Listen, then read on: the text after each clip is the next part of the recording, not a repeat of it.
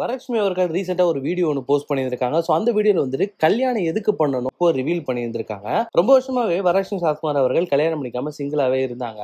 And அவங்க நிறைய இன்டர்வியூல வந்துட்டு நான் கல்யாணம் பண்ணிக்க மாட்டேன், எனக்கான ப்ராப்பரான ப்ரேயர் கிடைக்கல அப்படின்ற மாதிரி சொல்லிட்டு இருந்தாங்க. அண்ட் ரொம்ப ரீசெண்டா தான் அவங்களுக்கு நிச்சயதார்த்தம் ஆயிருக்கு. நிக்கோலஸ் சச்தேவ் அப்படின்ற நபர் தான் வந்து அவங்க காதல் திருமணம் பண்ணிக்க இருக்காங்க. ஸோ இந்த மாதிரி இருக்க நேரில் ரொம்ப ரீசெண்டா தான் அவங்க வந்துட்டு தாய்லாந்துக்கு வந்து ஒரு ட்ரிப் ஒன்று போயிட்டு வந்தாங்க கப்புலா. ஸோ இந்த மாதிரி இருக்கும் பொழுது இப்போ ரீசெண்டாக வரலட்சுமி அவர்கள் அவங்க இன்ஸ்டாகிராம் பேஜில் ஒரு வீடியோ ஒன்று ஷேர் பண்ணியிருக்காங்க. ஸோ அந்த வீடியோவில் வந்துட்டு கல்யாணம் எதுக்கு பண்ணணும் அண்ட் அந்த கல்யாணம் பண்ணுறதுனால என்னென்ன பயன்கள் அப்படின்ற மாதிரி ஒரு வீடியோ ஒன்று ரிலீஸ் பண்ணியிருக்காங்க.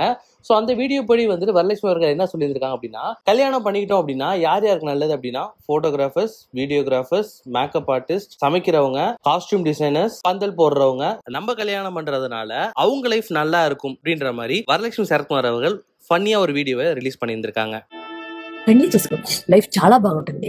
లైఫ్ అండి ఫోటోగ్రాఫర్స్, వీడియోగ్రాఫర్స్, కొరియోగ్రాఫర్స్, వంట వాళ్ళు, డెకరేషన్ వాళ్ళు, వంట చేసే వాళ్ళు, ఇలాంటి లైఫ్ చాలా బాగుంటుంది. పెళ్లి చేసుకోండి.